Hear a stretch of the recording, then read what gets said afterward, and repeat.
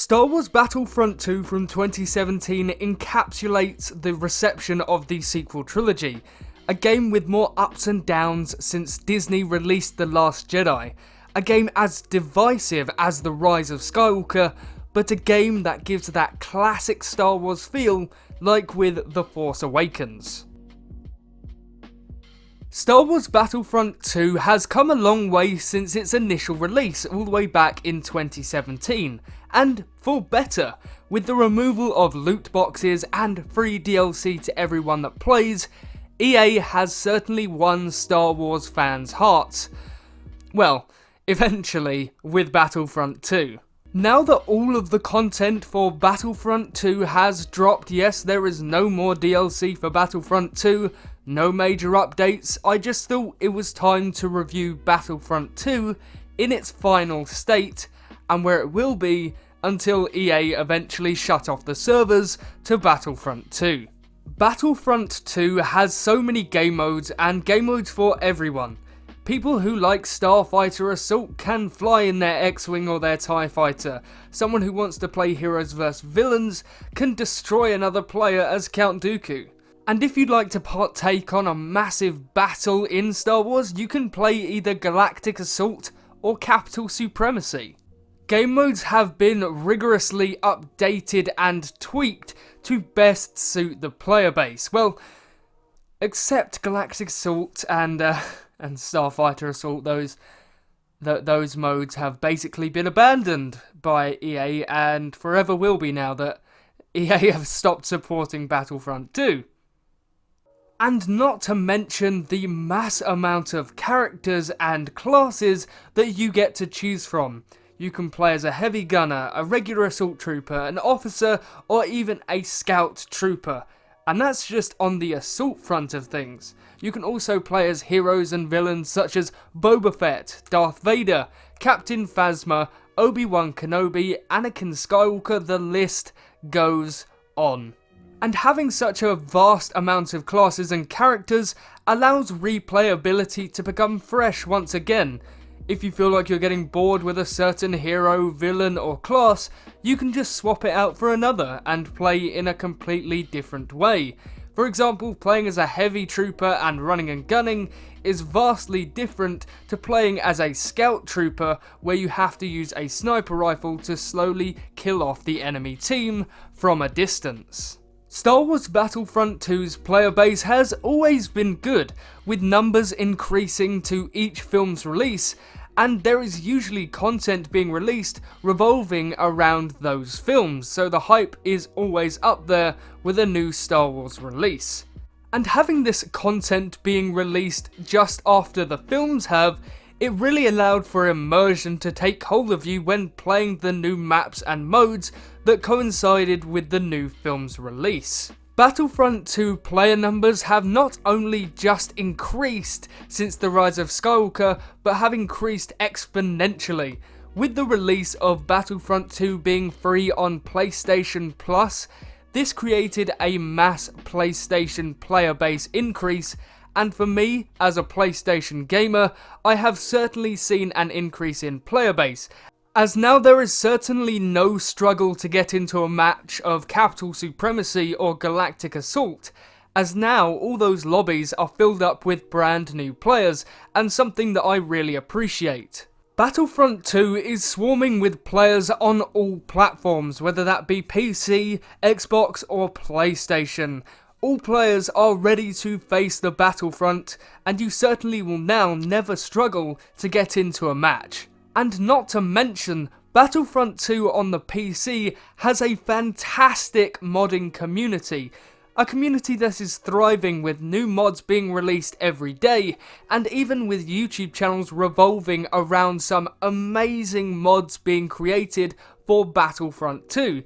And these mods can be used online and offline depending on how they change their character, whether that be aesthetically or actually in the gameplay side of things. Either way, modding on Battlefront 2 on the PC is absolutely fantastic. And so if you play on PC, I'd certainly recommend giving some of these mods a try, you know? You might find something that really calls out to you. And with Battlefront 2's final DLC being Scarif, the Rogue One DLC, getting into games is never a struggle anymore. I have to be honest, a few months ago it was a bit of a struggle to get into matches, but now I practically load into matches instantly with very little waiting time in menus and lobbies as I wait for them to fill up. Game modes like Capital Supremacy are where the main player base are at, especially on the PlayStation side of things. You will never struggle to get into a match of Capital Supremacy, and that being whenever you play the sequel, original, or even the prequel trilogy. No matter what game mode or interpretation of the Capital Supremacy mode you go into, you certainly won't struggle to find a match, as generally most people press play all instead of just a specific era. Capital Supremacy supports 40 players on each side, aided by AI to make the battle feel a lot bigger than what it actually is. Having these extra AI makes you feel like an absolute boss when you're killing enemies. And getting a kill on an AI is just as satisfying as killing a player. Especially if you're a new player and you struggle to kill real players at the time because you're getting used to the new mechanics, then killing an AI gives you just as much of a benefit as killing an actual player, and to be honest, just as much gratitude for yourself. Capital Supremacy takes two game modes and mashes them together. You have your capture the flag in the first phase, and then your full-on attack on the enemy ship in the second phase. Capital Supremacy is a game mode that can last for a very long time, and when I say a very long time, I mean a very long time. Capital Supremacy is a mode that can take a very long time to get through, whether that be an hour or an hour and a half. It really just depends on how competent your team is at doing the objectives, and whether they want to do the objectives or they're just there to farm XP or something like that. Capital Supremacy is really satisfying when playing with friends, as you can dominate the battlefield together. And also, when playing with friends, it is absolutely amazing to see either you or one of your friends playing as a hero or a villain and then dominating the battlefront. It's one of these satisfying moments that you really appreciate when you're there, and I guarantee that I'm not describing it as well as I could be, but honestly, rushing as a squad in the battlefront, either on Geonosis or any other map that you're playing, it's truly one of the most satisfying modes to get to play as a hero or even a villain, and even by that measure, any other subclass apart from the main four. I really enjoy Capital Supremacy, although I feel like Galactic Assault is going to be my favourite overall. Starfighter Assault is another game mode that has sort of been left in the dirt.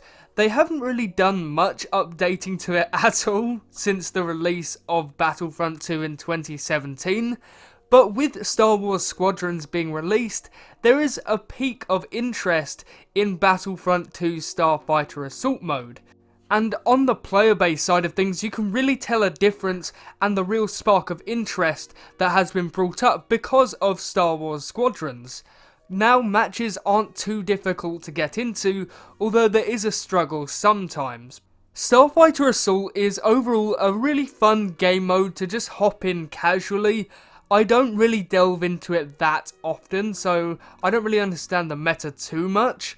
But overall, Starfighter Assault is a really fun casual game mode, especially if you're bored of playing Heroes vs Villains, Galactic Assault, Capital Supremacy.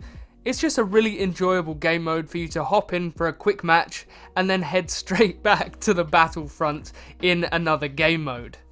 Heroes vs Villains is one of my personal favourite game modes. You play as either a hero or a villain in a 4v4 match to the death. You have around 30 lives and you must take out the enemy lives before they take down your own. I personally find this mode to be one of the modes that isn't super replayable, but it is fairly replayable. The multitude of different characters with their different abilities and way that they play really do add to the replayability though.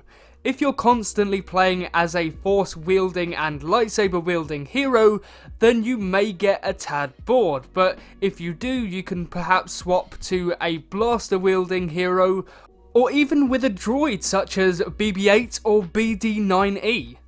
I do find that I prefer playing as a lightsaber hero, but I do most of the time actually end up swapping to a blaster hero such as Lando, because I quite enjoy his playstyle and how he moves around the map. After playing as Obi-Wan for a very long time, it's just really nice to have that bit of diversity. Heroes vs Villains is one of the best game modes to play with a squad of friends. You and 3 other of your friends playing against random people. Honestly, it's one of the most fun experiences that you can ever have. Deciding to group up on players or rushing players, whatever your strategy is, you will certainly have a lot of fun playing Battlefront 2's Heroes vs Villains mode with friends, as it really does add to the overall experience and enjoyment of the mode. Your choice of hero or villain isn't too limited, unlike in Battlefront 2015. In Battlefront 2 there is a vast range of heroes and villains for you to play as from all different eras, prequel, original and sequel, and even the spin-off films. But just a word of warning, if you are trying to go for Luke and Vader, so is everyone else. I'm pretty sure I rarely find a match when those 2 characters aren't in play, and so it is basically a rush to try and get those characters if they're really the ones that you want to play as. And then you have my personal favourite game mode, that being Galactic Assault. I really love Galactic Assault as it feels like an actual journey as you're pushing forward against the Separatists or you're pushing against the clone troopers. It is a really fun game mode and it's relatively short. It's about half an hour, 20 minutes. It doesn't take too long. It's just super satisfying pushing forward on the battlefront to get the ground that you need to win the match. Especially on Naboo, I find Naboo to be the most satisfying map for Galactic Assault, and that is saying something because that was a launch map. Galactic Assault, unlike Capital Supremacy, allows you to play as whatever hero or villain you want, as although the maps are era specific, the characters are not. You could be on Naboo and playing as Rey or playing as Kylo Ren. It honestly doesn't matter, and I feel like that's one of the main reasons I like Galactic Assault. It's honestly one of the most satisfying game modes you can play, whether you're playing on Geonosis, Naboo, or Hoth, or any other map for that matter. Because trust me, trying to rush the enemy team is such a satisfying moment, and it encourages the players to actually do the objectives, rather than in Capital Supremacy when most people avoid the command posts and just go for the kills, whereas Galactic Assault encourages you, the player, to actually pursue those objectives, whether that be taking out an AT-AT or an AT-ST. That type of immersion is really satisfying to me personally, and is one of the main reasons I love to play Galactic Assault. It's just my personal favourite game mode out of Battlefront 2. Now there are a plethora of other game modes such as Ewok Hunt, Extraction and Strike, as well as co-op, but I feel like these 4 modes are the modes that most people go to Battlefront 2 for, and the modes that people will be expecting to play, so sorry if I'm brushing over those other game modes, it's just that I was going to go for the main core 4. Battlefront 2 from 2017 has so much to offer every single person who plays it. Whether you want to just have a more arcadey experience, well, you can go and play Heroes vs Villains. If you want a full frontal assault, then go play Capital Supremacy or Galactic Assault. Battlefront 2 has something for everyone. And with the events now being weekly, that being double XP and triple XP, it really does incentivize you to pick up Battlefront 2 and have a game or so just to rank up your characters that little bit more. As potentially there may be a bit of a skill gap because characters and classes still have progression, and therefore most people that you will play against will either have full max rank star cards or just below that. So keep that in mind when playing Battlefront 2 for the first time, as you might not be bad at the game, it's just that other people have higher ranking characters than you do. And although the progression gap may be a bit more severe than you think it will be, that's what the double and triple XP event days are for. You get double XP on weekends and triple XP on Wednesdays. These days are used to incentivize players to rank up their cards and get back out there on the battlefront. Battlefront 2 is one of the few shooters that I played that I regularly come back to, more than Rainbow Six Siege or Call of Duty. And for me, coming back to Battlefront 2 so often really does say something about Battlefront 2. It is replayable, it is fun, and it has something for everyone. Whether you want to fly in an X-Wing, shoot down some clankers, or even take down the First Order, Battlefront 2 has something for everyone, and that is truly amazing.